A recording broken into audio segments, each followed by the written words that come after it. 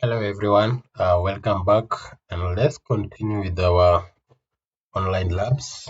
So we will implement this entire architecture, but today I want you to start by diagnosing the problems that might occur when you start some of the routers and the switches. So I'm going to attach for you this topology so we will have it. But before that, there's a problem that occurs when you start these devices. Like, for example, let's if we start this, we are being told here that HAXM acceleration support is not installed on this host. So also, if you come to this switch and you start it, the same problem you are being told that XM support is not supported on this. So what we do, we are going to diagnose that problem. So how you diagnose that problem is you come here to edit section. You see where written preferences, click that. It will bring you to this section.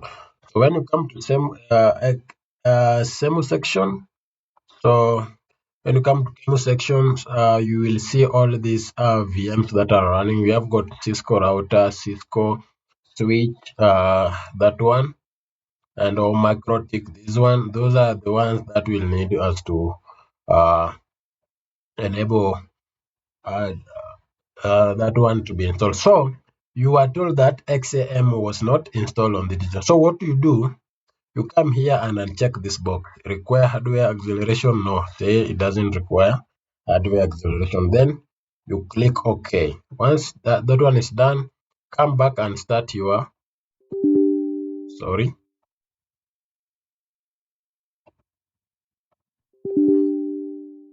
we'll need to restart our PC. So after that, we will start it again.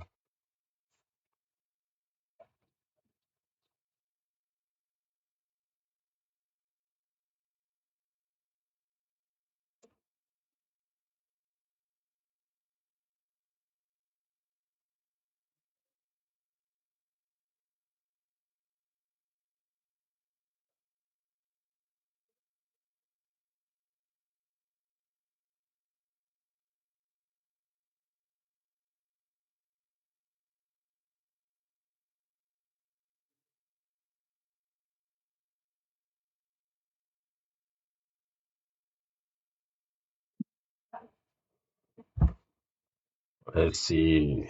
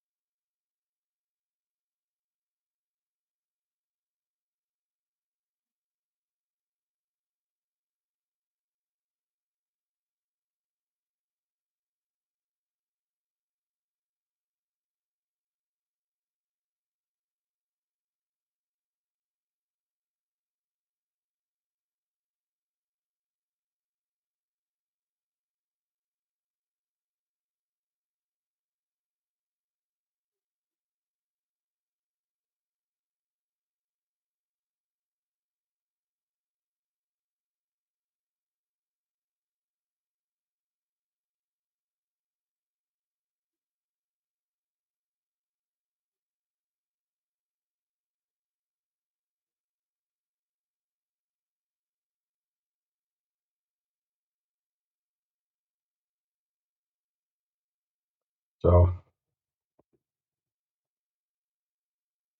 now you see, after we have restarted our PC, after we have restarted our GNS3, now you see when you start, the devices are now able to start. So now the devices should be able to run on our PC.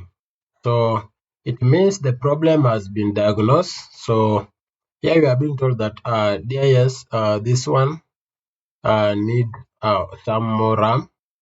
So we are going to solve that. Only 3.7 error. So what we do, we come here to section manage preferences. We want to increase the RAM so that since here we are having several devices that are being managed. So we are going to increase the size of the RAM here. So let's click and increase it to that. Now if we start the next device, should now that problem should not occur now. So let's wait as it starts.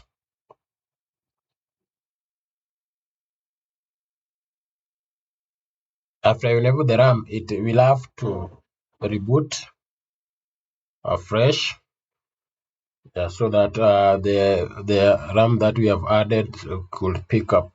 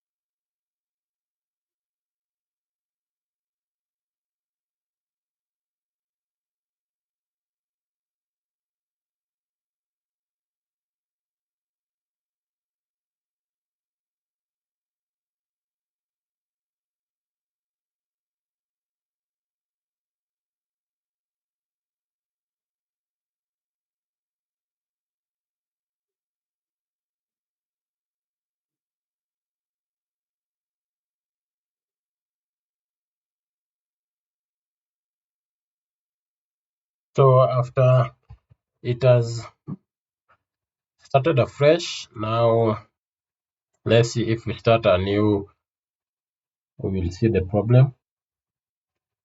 We are still told here that the RAM of requires 768. There is only 405, so means that we still need to increase it, because once you have a lot of devices, it means uh, you will need a lot of RAM. You need a lot of RAM to ensure that all those devices are running. So like here, you see here, you see here, when you click that, you see the memory is 768. So every device here, this one has a memory of 512. This one has a memory of 512. So running all of them concurrently will utilize a lot of our RAM. So what we are going to do, we will stick with few. So we are going to stop some other. We are going to stop some other devices so that we don't run all of them. We run and configure each at a time. So that's all about this lab, guys. Now stay tuned as we now begin configuring. We will configure from our access layer, distribution layer, up to the internet. So the PC here on VLAN 30 here should be able to ping the ISP1 or ISP2. So we will be implement what's called redundancy in case one one ISP goes down, we should be able still be able to access the internet through ISP number 1 or 2. So we'll continue from that point, but stay tuned as we start our lab. We'll configure this lab into bits so that you ensure you understand every step we implement. So thank you, and let's meet in our next tutorial.